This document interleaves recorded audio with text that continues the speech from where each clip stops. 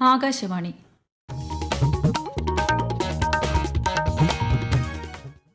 നമസ്കാരം. പ്രാദേശിക വാർത്തകൾ വായിക്കുന്നത് ശ്യാമ.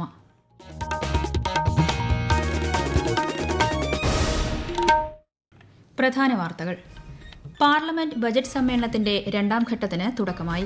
പശ്ചിമേഷ്യൻ സംഘർഷത്തിൽ വിദേശകാര്യമന്ത്രി എസ് ജയശങ്കർ ഇരുസഭകളിലും പ്രസ്താവന നടത്തി. പ്രധാനമന്ത്രി നരേന്ദ്രമോദി ഏകദിന സന്ദർശനത്തിനായി മറ്റന്നാൾ കേരളത്തിലെത്തും. കൊച്ചിയിൽ വിവിധ പരിപാടികളിൽ പങ്കെടുക്കും.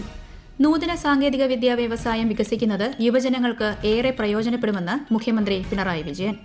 പ്രമുഖ ചരിത്രകാരൻ KN പണിക്കർ തിരുവനന്തപുരത്ത് അന്തരിച്ചു. സംസ്കാരം നാളെ വൈകിട്ട് ശാന്തികവാടത്തിൽ. സ്വകാര്യ ആശുപത്രികളിലെ മിനിമം വേതന പരിഷ്കരണവുമായി ബന്ധപ്പെട്ട് തൊഴിൽ നിയമപ്രകാരമുള്ള നടപടികൾ ആരംഭിക്കുമെന്ന് മന്ത്രി വി ശിവൻകുട്ടി. 2020 ക്രിക്കറ്റ് ലോകകപ്പിലെ ഉജ്ജ്വല വിജയത്തിന് ശേഷം സഞ്ജു സാംസൺ തിരുവനന്തപുരത്തെത്തി. വാർത്തകൾ വിശദമായി. പാർലമെന്റ് ബജറ്റ് സമ്മേളനത്തിന്റെ രണ്ടാം ഘട്ടത്തിന് തുടക്കമായി. പ്രതിപക്ഷ ബഹളത്തെ തുടർന്ന് ലോക്സഭ ഇന്നത്തേക്ക് പിരിഞ്ഞു. KP ഉണ്ണികൃഷ്ണൻ ഉൾപ്പെടെ അന്തരിച്ച അംഗങ്ങൾക്ക് ആദരാഞ്ജലികൾ അർപ്പിച്ചുകൊണ്ടാണ് രാവിലെ സഭാ നടപടികൾ ആരംഭിച്ചത്. സ്പീക്കർ ഓം ബിർളയെ നീക്കണമെന്നാവശ്യപ്പെട്ട് പ്രതിപക്ഷം കൊണ്ടുവന്ന പ്രമേയം ലോക്സഭ ഇന്ന് പരിഗണിക്കാനിരിക്കെ വിഷയത്തെ ചൊല്ലി പ്രതിപക്ഷം സഭയിൽ ബഹളം വയ്ക്കുകയായിരുന്നു. തുടർന്ന് സഭ ഇന്നത്തേക്ക് പിരിഞ്ഞു. അതേസമയം രാജ്യസഭയിൽ പശ്ചിമേഷ്യയിലെ സംഘർഷ വിഷയത്തിൽ വിദേശകാര്യമന്ത്രി എസ് ജയശങ്കർ പ്രസ്താവന നടത്തി. സംഘർഷം ലഘൂകരിക്കാൻ നയതന്ത്ര മാർഗങ്ങൾ പിന്തുടരണമെന്ന് അദ്ദേഹം പറഞ്ഞു. രാജ്യസഭ ഇന്നത്തേക്ക് പിരിഞ്ഞു. പ്രധാനമന്ത്രി നരേന്ദ്രമോദി ഏകദിന സന്ദർശനത്തിനായി മറ്റന്നാൾ കേരളത്തിലെത്തും. കൊച്ചിയിലെത്തുന്ന അദ്ദേഹം വിവിധ വികസന പദ്ധതികൾക്ക് തുടക്കം കുറിക്കും. ധീവരസഭയുടെ സുവർണ ജൂബിലി ആഘോഷങ്ങളും പ്രധാനമന്ത്രി ഉദ്ഘാടനം ചെയ്യും. കൊച്ചി കലൂർ സ്റ്റേഡിയത്തിൽ നടക്കുന്ന വികസിത കേരളം മോദിക്കൊപ്പം എന്ന പരിപാടിയെ അദ്ദേഹം അഭിസംബോധന ചെയ്യുമെന്ന് BJP സംസ്ഥാന ജനറൽ സെക്രട്ടറി S സുരേഷ് വാർത്താസമ്മേളനത്തിൽ അറിയിച്ചു. പ്രധാനമന്ത്രിയുടെ കൊച്ചി സന്ദർശനത്തോടനുബന്ധിച്ച് കൊച്ചി നഗരത്തിൽ നാളെയും മറ്റന്നാളും ഗതാഗത നിയന്ത്രണം ഏർപ്പെടുത്തി. രാവിലെ 10 മുതൽ ഉച്ചയ്ക്ക് 3:30 വരെ കൊച്ചി നഗരത്തിൽ Banerji road, Shanmugham road, park avenue, MG road ഭാഗങ്ങളിലാണ് നിയന്ത്രണം. സംസ്ഥാനത്ത് നൂതന സാങ്കേതിക വിദ്യാ വ്യവസായം വികസിക്കുന്നത് യുവജനങ്ങൾക്ക് ഏറെ പ്രയോജനപ്പെടുമെന്ന് മുഖ്യമന്ത്രി പിണറായി വിജയൻ. കൊല്ലം കൊട്ടാരക്കരയിലെ IT പാർക്കിന്റെ നിർമ്മാണോദ്ഘാടനം നിർവഹിക്കുകയായിരുന്നു അദ്ദേഹം. 80 കോടി രൂപ ചെലവിൽ 10 നിലകളിലായാണ് IT പാർക്ക് നിർമ്മിക്കുന്നത്. പ്രമുഖ ചരിത്രകാരൻ KN പണിക്കർ അന്തരിച്ചു. തിരുവനന്തപുരത്തെ സ്വകാര്യ ആശുപത്രിയിലായിരുന്നു അന്ത്യം. 90 വയസ്സായിരുന്നു. ഭൌതികദേഹം നാളെ രാവിലെ 10 മണി മുതൽ ജവഹർ നഗറിലെ സ്വവസതിയിൽ പൊതുദർശനത്തിന് വയ്ക്കും. വൈകുന്നേരം 4:30 തൈക്കാട് ശാന്തി കവാടത്തിലാണ് സംസ്കാരം. കാലടി സംസ്കൃത സർവകലാശാല വൈസ് ചാൻസലറായി സേവനം അനുഷ്ഠിച്ചിട്ടുണ്ട്. ഉന്നത വിദ്യാഭ്യാസ കൌൺസിൽ ഉപാധ്യക്ഷൻ, കേരള ചരിത്ര കോൺഗ്രസ് സ്ഥാപക അധ്യക്ഷൻ എന്നീ പദവികളും വഹിച്ചിരുന്നു. നിര്യാണത്തിൽ മുഖ്യമന്ത്രി പിണറായി വിജയൻ അനുശോചനം രേഖപ്പെടുത്തി. സ്വകാര്യ ആശുപത്രികളിലെ മിനിമം വേതന പരിഷ്കരണവുമായി ബന്ധപ്പെട്ട് തൊഴിൽ നിയമപ്രകാരമുള്ള നടപടികൾ ആരംഭിക്കുമെന്ന് മന്ത്രി വി ശിവൻകുട്ടി. ജീവനക്കാരുടെ വേതനം വർദ്ധിപ്പിക്കുന്നതിനുള്ള നടപടികൾ വേഗത്തിലാക്കാൻ സർക്കാർ പ്രതിജ്ഞാബദ്ധമാണെന്ന് നഴ്സുമാരുടെ മിനിമം വേതനം സംബന്ധിച്ച വിശദീകരണത്തിൽ അദ്ദേഹം വ്യക്തമാക്കി.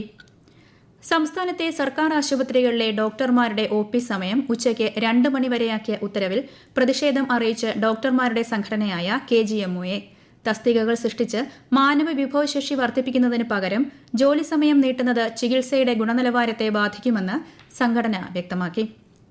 സംസ്ഥാനത്ത് ചൂട് കൂടിയതോടെ വൈദ്യുതി ഉപയോഗവും കുതിച്ചുയരുന്നു. ഈ വർഷം ഇതാദ്യമായി പ്രതിദിന വൈദ്യുതി ഉപയോഗം ശനിയാഴ്ച 100 ദശലക്ഷം യൂണിറ്റ് കടന്നു. വിശദാംശങ്ങളുമായി ആകാശവാണി തിരുവനന്തപുരം ജില്ലാ പ്രതിനിധി രജു കൂലിയക്കോട്.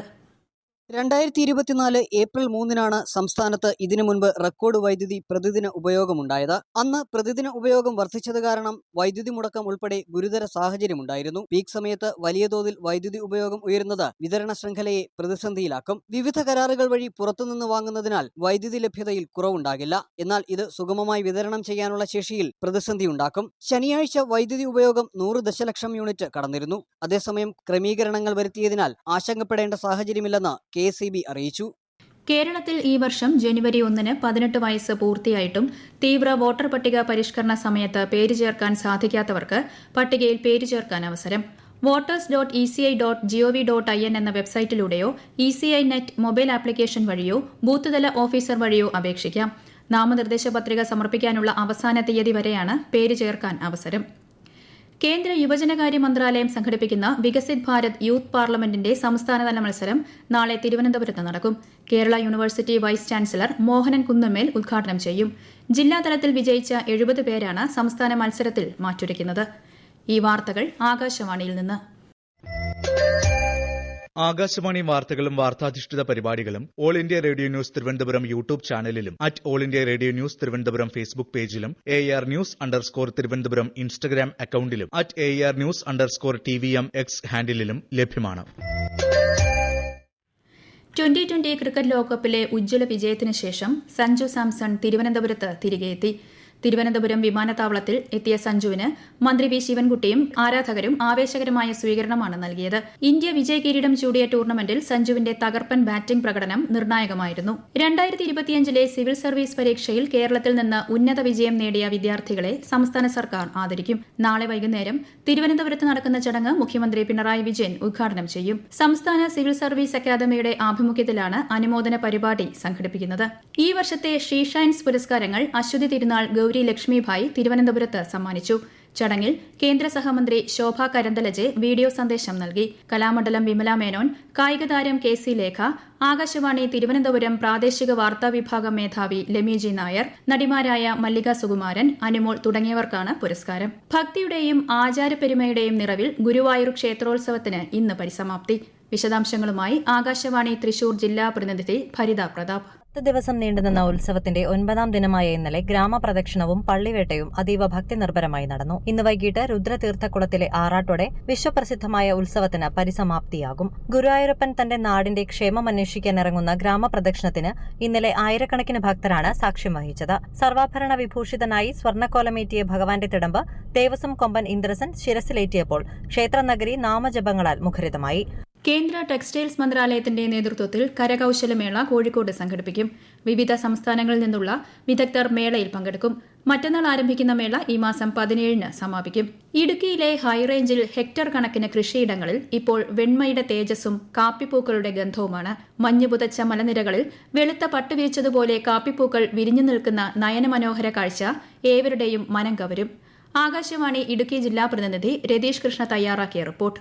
മകരത്തിലെ മഞ്ഞുതുള്ളികൾക്കിടയിലൂടെ പുതുമഴ പെയ്തിറങ്ങിയതോടെയാണ് ഹൈറേഞ്ചിലെ കാപ്പിത്തോട്ടങ്ങൾ പൂർണ്ണമായി പൂത്തുലഞ്ഞത്. 2-3 ദിവസം മാത്രം ആയുസുള്ള കാപ്പിപ്പൂക്കൾ വിരിയുന്ന ആദ്യ ദിനമാണ് വെണ്മയുടെ പൂർണ്ണ ശോഭയോടെ കാണപ്പെടുന്നത്. പൂക്കൾ ഇത്തരത്തിൽ കരിഞ്ഞുണങ്ങുന്നത് വരാനിരിക്കുന്ന സമൃദ്ധമായ വിളവെടുപ്പിന്റെ സൂചനയാണെന്നാണ് കർഷകർക്കിടയിലെ വിശ്വാസം. എന്നാൽ പൂത്തു നിൽക്കുന്ന സമയത്ത് പെയ്യുന്ന അമിതമഴ പൂക്കൾ നശിക്കാനും വിളവ് കുറയാനും ഇടയാക്കുമെന്ന ആശങ്കയും നിലനിൽക്കുന്നു. പൊതുവിദ്യാലയങ്ങളിൽ നടപ്പാക്കുന്ന ലിറ്റിൽ കൈറ്റ്സ് പദ്ധതിയുടെ സംസ്ഥാനതല അവാർഡുകൾ പ്രഖ്യാപിച്ചു.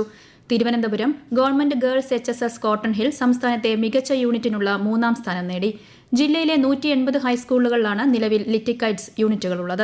കേന്ദ്ര സർക്കാരിന്റെ 4 തൊഴിൽ നിയമങ്ങളെക്കുറിച്ച് പഠിച്ച് ഭേദഗതികൾ നിർദ്ദേശിക്കാനായി സംസ്ഥാന സർക്കാർ രൂപീകരിച്ച വിദഗ്ധ സമിതി മന്ത്രി വി ശിവൻകുട്ടിക്ക് റിപ്പോർട്ട് കൈമാറി. തൊഴിലാളികളുടെ അവകാശങ്ങൾ നിഷേധിക്കപ്പെടുന്ന സാഹചര്യങ്ങൾ തടയാനും മെച്ചപ്പെട്ട ആനുകൂല്യങ്ങൾ ലഭ്യമാക്കാനും റിപ്പോർട്ടിന്മേൽ തുടർ നടപടികൾ സ്വീകരിക്കുമെന്ന് അദ്ദേഹം പറഞ്ഞു.